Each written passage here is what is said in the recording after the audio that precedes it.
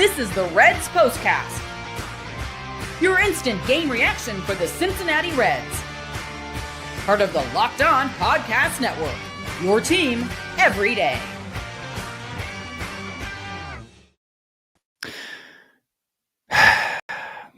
What's up, Reds fans? Welcome to another edition of the POSTCAST, brought to you by Locked On Reds and Locked On Podcast Network. I'm Tim Daniel. I am a lifelong Cincinnati Reds fan, and I have been podcasting about this team for 5 years of publications such as Late Night Reds and the Riverfront, and I want to thank you all for spending some time with me tonight as we discuss the Cincinnati Reds finding a way to lose again to the Milwaukee Brewers.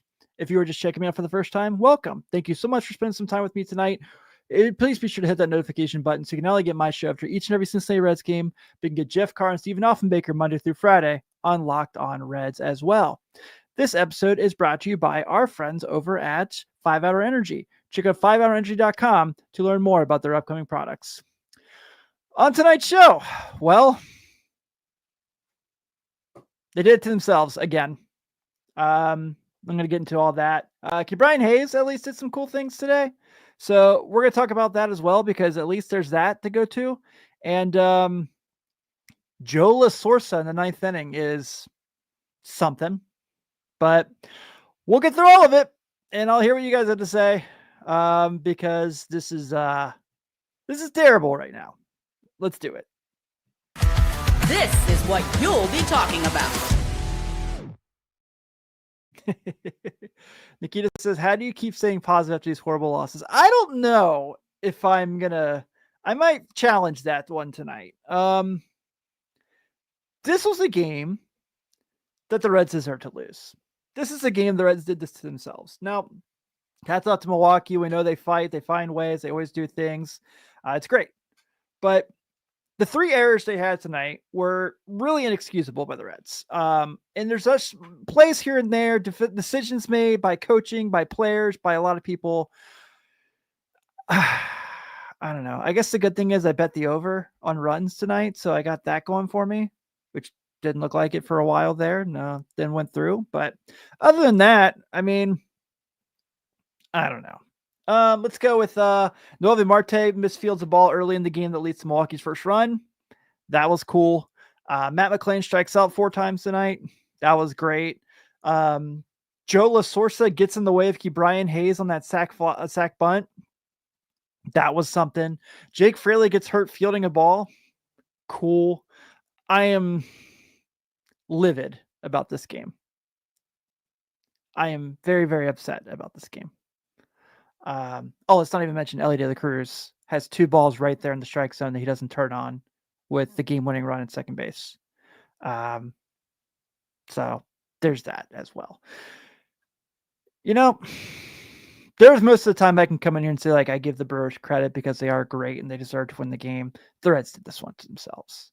Absolutely did this one to themselves.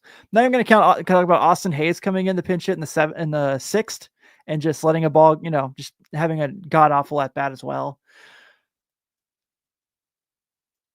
And they turn to Santiago Espinal when Jake Fraley goes out, because that's where we are. That's where we are right now, is that we're having Santiago Espinal come in to play the outfield in close games. I understand there's a gap between the Reds and the Brewers, and I'm fine with that because they're great.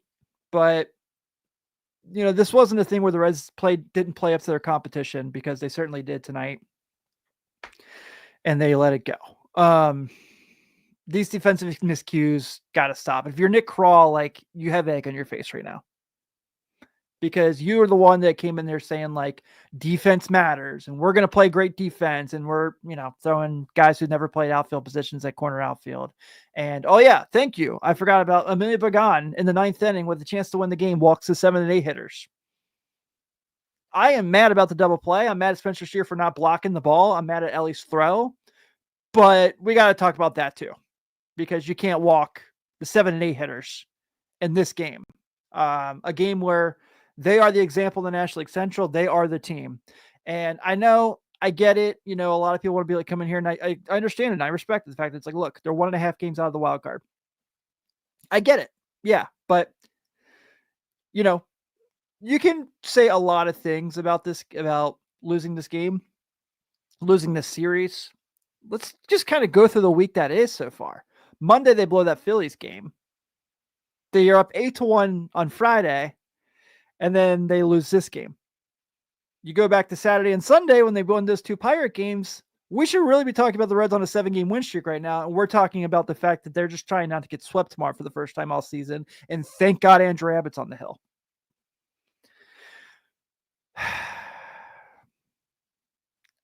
SP Hobby says it here. This has nothing to do with the Brewers being great. I actually agree. Yeah, so I don't know. I do agree the Brewers are the Reds' kryptonite, but tonight was just one of those games where the Reds got in their own way 2 nights in a row. And at this point, I see this, all the time. And, I see often people come here and just like, what about Sal Stewart? Does it hurt at this point? I mean, the Reds are all fine and dandy letting other people play positions they've never played before. Throw them out there wherever you want. No one gives a crap anymore. This is painful. This sucks. But man, Johnny says it here. They even made sure Christian Yelich had a bad game. Christian Yelich had a bad game and the Reds still lost. There's no way to beat them. There's no way to beat them. Yeah. Cubs fan says Brewers are everyone's kryptonite. You might be right, man. I'm sorry about your collapse too. I hope I really thought it was going to be a fun run for the Brewers, but I mean for the Cubbies. But all right, well, we go through it, and such is life. Sal Stewart should be. I agree, John. Sal Stewart should be up here tomorrow. And while we're at it, bring Hector Rodriguez up because Jake Fraley's probably not going to be playing for this team for a couple weeks after that play. Who knows? That's the way things go with the Reds. But, it was cool tonight and was actually a lot of fun was Ke'Bryan Hayes. And I would rather just try to find something positive and talk about Ke'Bryan Hayes. So let's do that.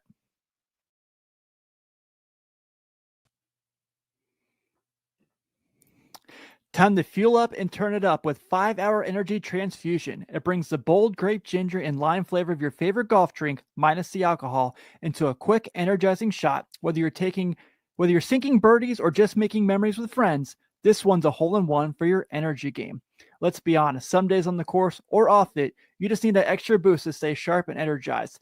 Today, I really struggled to get to the day job. I was really tired. I was struggling. A 5-Hour Energy gave me the boost I needed. And it's just like when you're out there on the golf course, right? Golf is all about good times with good people and good flavors, of course. The grape ginger lime flavor gives you the best parts of your clubhouse go-to without chasing down the bev cart. If you go to 5hourenergy.com today, that's number 5hourenergy.com, you can use my promo code LOCKEDONGolf to receive 20% off your order. The offer is only valid until September 30th on one order and cannot be used with other promotions. This code is not good on subscription orders. Whether you're meeting up with friends or trying to turn 18 holes into 36, get the energizing boost you need to power through. Order transfusion-flavored 5-Hour Energy shots today. Most people can't name all their financial accounts or even what they're worth, whether it's 401k, properties, or investments. And when you don't have the full picture, you can end up leaving money on the table. That's why there's Monarch Money. It's an all-in-one personal finance tool that brings your entire financial life together in one clean, easy-to-use interface on your laptop or on your phone. Monarch Money does all the heavy lifting for you. You can link all your accounts in minutes, see clear data visuals, get smart categorization of your spending, and finally feel in control of your money without ever touching a spreadsheet.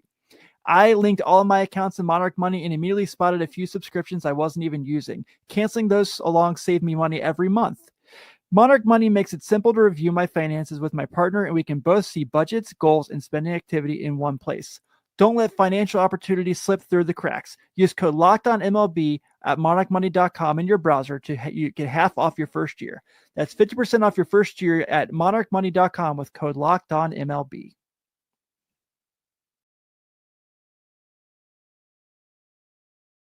Want to shout out my everydayers here on the Postcast for spending some time with me, both good and bad. Thank you all for all of your time with me here. If you are not just checking me out for the first time, do please hit that notification button here on YouTube so you can not only get my show after each and every game, but you can get Jeff Carr and Stephen Offenbaker Monday through Friday on Locked On Reds as well. Let's talk about the turning point in today's game, shall we? This is what you'll be talking about. Time to reveal where the game was won or lost. It's the turning point. That was me being the Reds defense tonight, not doing the right thing. But I'm going to go with obviously the Rey Mysterio home run there. That was obviously the thing that turned this game around. But yeah, this was one that was really frustrating as well. So here it is. It is what it is. Look, I'm seeing a lot of comments here, and I don't know how to go have the arguments as far as like the LA De La Cruz thing.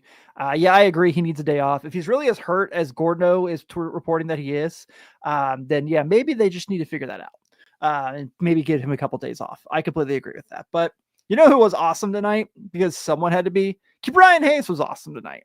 3 huge plays that he made for the Reds tonight. Obviously, the solo homer that puts him on the board in the 6th inning, where Spencer Steer follows up with a home run as well. That was neat. And then has the incredible play in the bottom of the 7th where he fields the ball on the bunt and gets to throw it first. That was just insane. And then in extra innings, trying to keep the Reds alive, gets the game time run in, which was the most insane bounce I've ever seen for a ball in my life, where it bounced. I don't know. It looked like a field goal kick over the wall. They gave him a double. I thought he should have been on third base, but I don't know. I digress. But Brian Hayes was great tonight. And Brian Hayes has been a nice bump for this team in a while. And everyone's always kind of concerned about his hitting. And obviously, there's a lot to say about that because he's not a very good hitter as shown in history's past. But here's what I will say in this situation is he's got an over 8. He's in his last 7 games. His OPS is touching 897. So maybe the Reds figured out something. Maybe it's just a hot streak. I don't know. I also wore this really cool shirt from Cincy Shirts today. I really like with Keep Ryan on it. So that maybe benefited to this. But this was one where, if someone's going to be awful, the whole team's going to be awful. Hey, Chad, good to see you, buddy. At least we got that going for us. That Keep Ryan Hayes gave us a reason to win the game today and did everything he possibly could for the Reds to win the game, which leads to him being our Locked On Player of the Game. This is the Locked On Player of the Game. All right. The Reds went to Joe LaSorsa with the game on the line.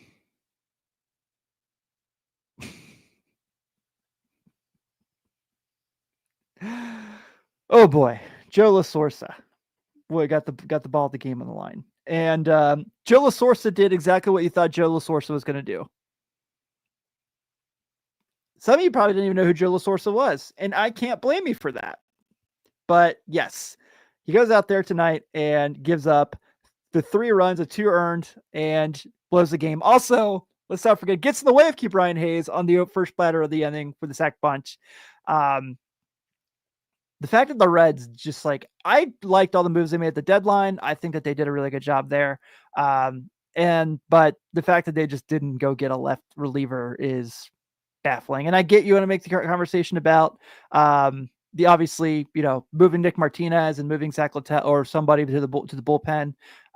But yeah, this was one where I think I'd been more willing to throw Brent Suter out there even after throwing 3 innings yesterday than I would have Joe LaSorsa, if I'm going to be honest. I'm completely going to be realistic and be honest there.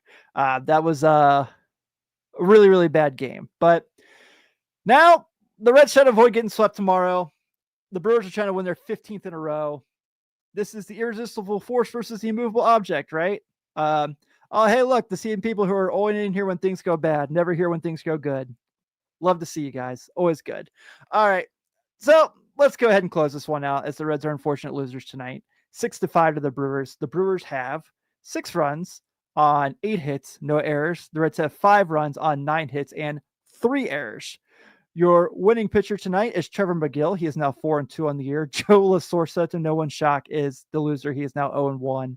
And Nick Mears gets the save. And now the Reds try to avoid being swept again tomorrow as Andrew Abbott takes the hill. There's that going for us at least. He's currently 8-3 with the 241. He'll be going against Jose Quintana, who is 10-4 with a 3.44 ERA. First pitch is at 1:40. So I'll be here in the mid-afternoon, hopefully talking about somehow getting a win and salvaging one from this series, but we shall see. Everyone enjoy the rest of your Saturday night. I'll see you then.